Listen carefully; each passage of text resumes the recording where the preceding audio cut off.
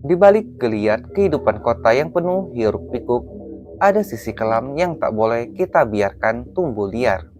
Premanisme dan ormas-ormas nakal bukan cuma soal kekacauan di jalanan, tapi juga soal rasa aman yang dirampas dari masyarakat dan masa depan ekonomi yang dipertaruhkan. Negara nggak bisa tutup mata, karena ketika ketakutan jadi hal biasa, siapa lagi yang bisa berdiri di barisan depan untuk membela rakyat? Disinilah pemerintah harus ambil bagian dan menunjukkan sikap tegasnya. Halo sobat pendengar setia, welcome to my channel. Lo lagi nyasar ke tempat yang pas banget nih, karena kita bakal ngasih lo update paling fresh, paling hype, dan pastinya nggak ngebosenin.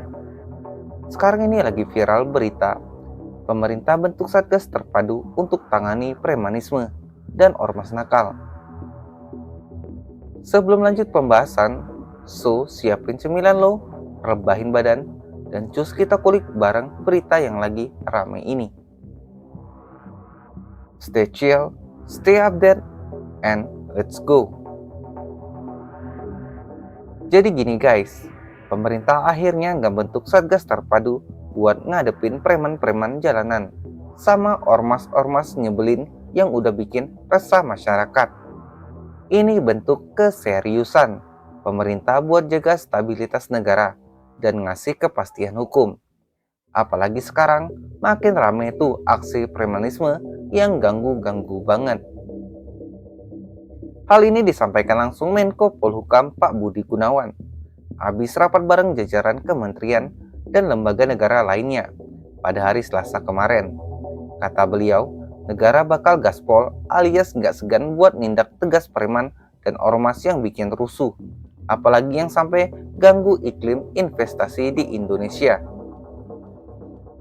Semua ini demi jaga keamanan, pastiin hukum ditegakkan, biar investasi sama bisnis negara kita bisa jalan mulus. Kayak yang dipesenin sama Pak Prabowo, negara nggak bakal diem aja ngelihat aksi yang ganggu ketertiban umum dan bikin stabilitas sosial gonjang-ganjing. Gitu kata Pak Budi. Nah, di rapat itu yang hadir bukan kaleng-kaleng.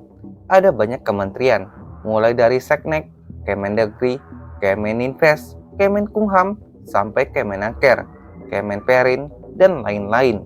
Gak ketinggalan juga ada TNI, Polri, BIN, Kejaksaan Agung, bahkan BUMN juga turut merapat. Jadi ini benar-benar satgas garda terdepan buat nyikat habis para pelaku premanisme. Pak Budi juga bilang pemerintah gak bakal mikir dua kali buat hajar siapapun yang bikin masyarakat gak nyaman. Negara harus hadir nyata, bukan cuma di buku, tapi di jalan-jalan, di pasar, di tempat usaha. Pokoknya dimanapun rakyat butuh rasa aman.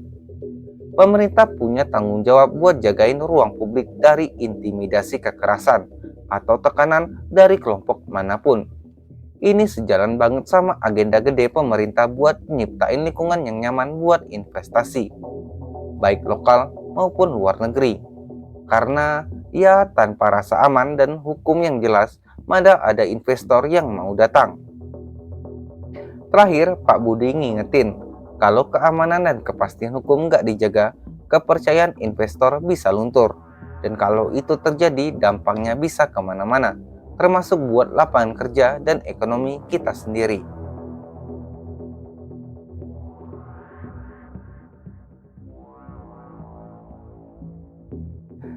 Ya, tapi gimana ya menurut kalian? Kadang kita suka mikir, kenapa sih negara baru gerak kalau udah rame? Kenapa harus nunggu masyarakat teriak-teriak dulu baru muncul solusi?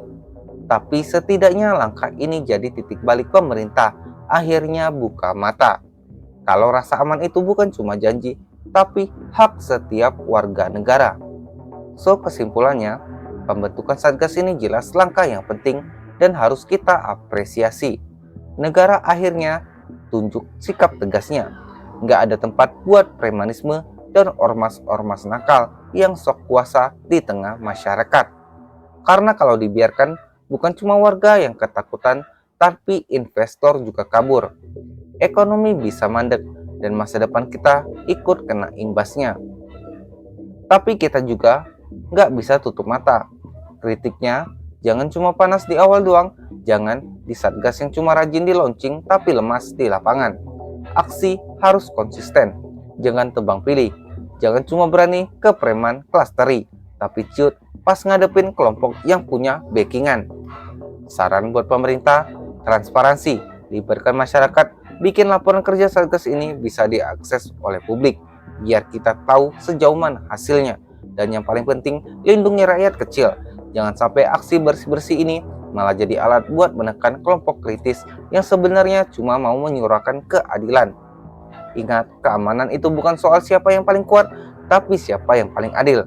Negara boleh kuat, tapi harus tetap berpihak pada yang lemah. Menurut lo gimana guys? Tulis di kolom komentar ya. Oke deh guys, segitu dulu update berita buat lo semua. Jangan lupa jaga kesehatan, tetap kritis sama info yang beredar. Semoga bermanfaat. Jangan lupa subscribe untuk mendukung channel ini. Jangan lupa komen and share jika lo rasa info ini bermanfaat. Terima kasih.